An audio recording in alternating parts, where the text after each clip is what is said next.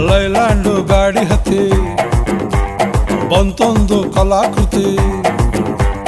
ಸರ್ವಾಂಗ ನರಮೈತಿ ಸೌಂದರ್ಯ ಗರಮೈತಿ